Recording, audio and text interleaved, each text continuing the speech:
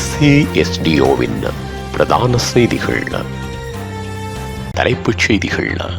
இணைய விளம்பரங்களால் குறிவைத்து ஏமாற்றப்படும் இளைஞர்கள் விடுவிக்கப்பட்டுள்ள எச்சரிக்கை. எரிபொருள் விலை உயர்வு சாதாரணமான விலை திருத்தமற்ற பாதிக்கப்படும் மக்கள்.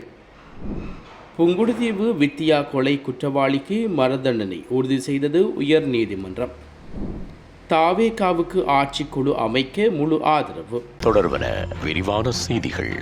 கடந்த 3 நாட்களில் இணையவழி குற்றங்கள் தொடர்பாக 157 சந்தேக நபர்கள் கைது செய்யப்பட்டுள்ளதாக போலீஸ் ஊடக பிரிவு உறுதிப்படுத்தியுள்ளது.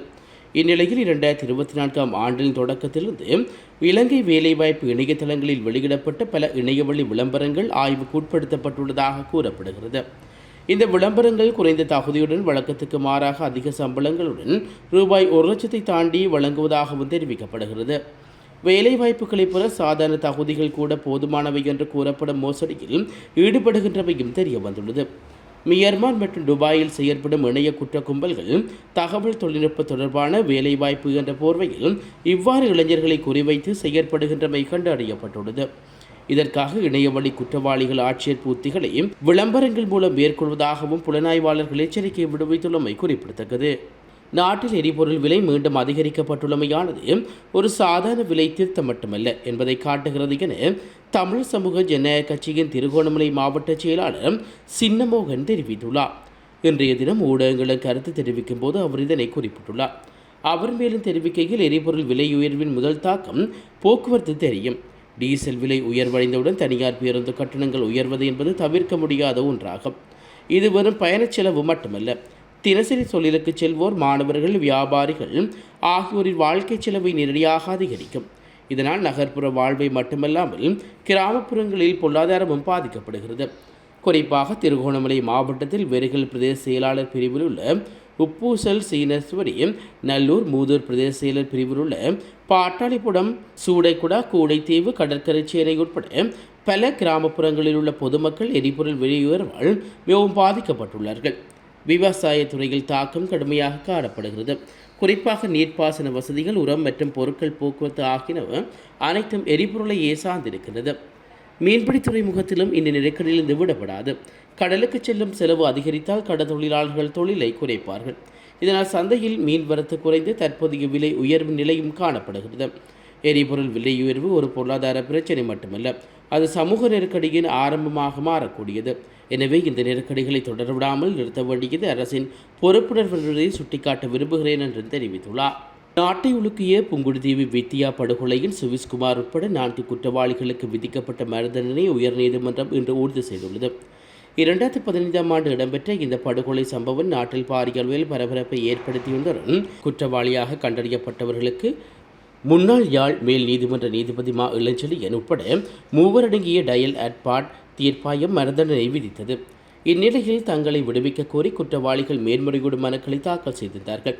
இதன்படி பிரதமர் நீதியரசர் பத்மன சூரசேன தலைமையிலான 5 நீதிபதிகள் கொண்ட உச்ச நீதிமன்ற அமர்வு குற்றவாளிகளின் மேன்முறையீடுகளை விசாரணை செய்து 4 குற்றவாளிகளுக்கு வழங்கப்பட்ட மரணதண்டனையை உறுதி செய்து இன்று தீர்ப்பளித்து அளித்துள்ளது.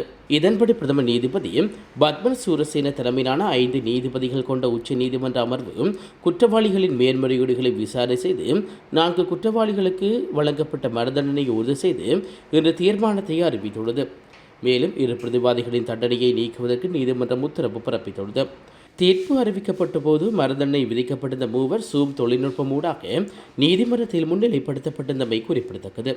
யாழ்ப்பாணம் புங்குடுதீவு பகுதியில் 2015ஆம் ஆண்டு மே 13ஆம் தேதி கூட்டுப்பாலியல் துன்புறுத்தலுக்கு உட்படுத்தப்பட்ட பாடசாலை மாணவி சிவலோகநாதன் வித்தியா படுகொலை செய்யப்பட்டார். இதையடுத்து சம்பவத்துடன் தொடர்புடைய குற்றவாளிகள் கைது செய்யப்பட்டு விசாரணைகளை தொடர்ந்து மேற்கொள்ளப்பட்டு வந்த நிலையில் குற்றவாளிகளாக அடையாளம் காணப்பட்டவர்களுக்கு 3 அடங்கிய நீதிபதிகள் தீர்ப்பாயம் மரணதண்டனை விதித்து தீர்ப்பளித்தவை குறிப்பிடத்தக்கது. உலகச் செய்திகள். தமிழக வெற்றிக் கழகம் ஆட்சி அமைப்பதற்கு முழு ஆதரவை காங்கிரஸ் அளித்துள்ளது. இது தொடர்பான கடிதத்தை வெளியிட்டுள்ளது. தாவேகாவை ஆதரிப்பதாக சட்டசபை தேர்தலில் வெற்றி பெற்ற 5 பேரும் கையெழுத்திட்டுள்ளார்கள்.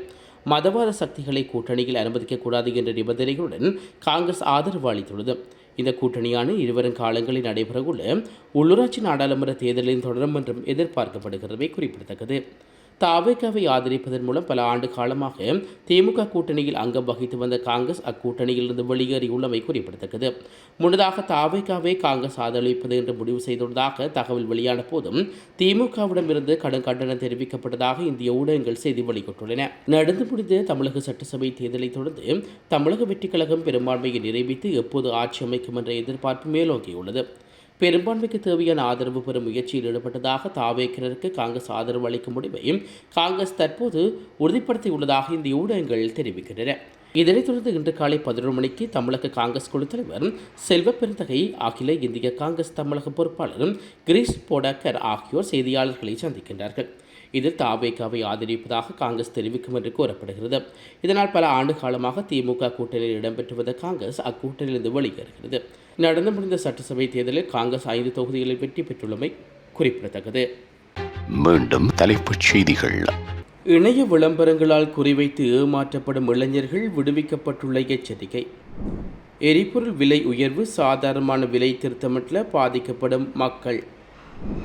புங்குடுதீவு வித்தியா கொலை குற்றவாளிக்கு மரணதண்டனை உறுதி செய்தது உயர் நீதிமன்றம். தாவேகாவுக்கு ஆட்சிக்குழு அமைக்க முழு ஆதரவு.